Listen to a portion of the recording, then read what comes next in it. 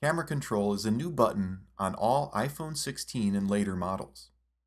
It's located on the right side of the iPhone and is recessed into the frame, unlike the side button above that protrudes a fraction of an inch.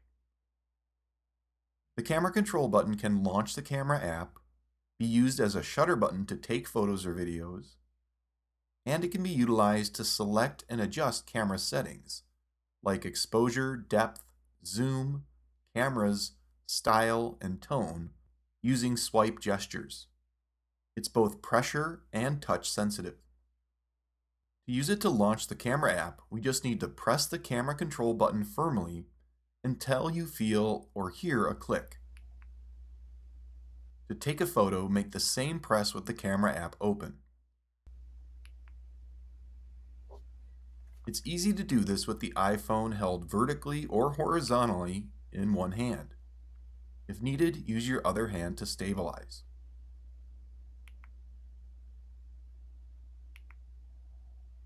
For a quick video, we can press and hold on the camera control button while in the camera app. The camera control button will also respond to a light press that does not depress the button physically. A single light press will display the currently selected setting. In this case, it's the cameras, which on this iPhone 16 Pro includes 5 options: 1x, 2x, 5x, and then the 0.5x ultra-wide and the front selfie camera. Just swipe to switch between them. To change which setting option to control, we need to do a double light press.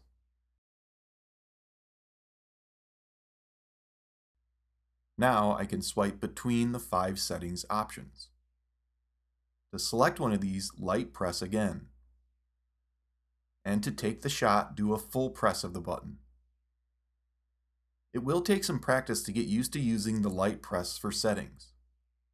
I also occasionally forget to light press when selecting a setting and instead do a full press, which will take a picture. The setting that I use most often with camera control is the cameras. It allows me to quickly swipe between the main, ultra-wide, and zoom cameras. I prefer this over the zoom setting because any zoom level between the cameras is a digital crop anyway, which I prefer to do after the photo is taken. In camera settings, we have a camera control section. In here, we have a clean preview toggle. With this activated, a single light press will remove all the text from the camera viewfinder.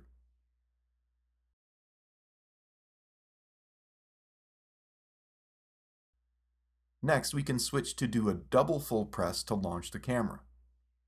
If you find that the camera is being launched accidentally, this can be a good option to prevent that. Below, we can select a different app to launch with camera control. This will include third-party apps like Instagram or Snapchat.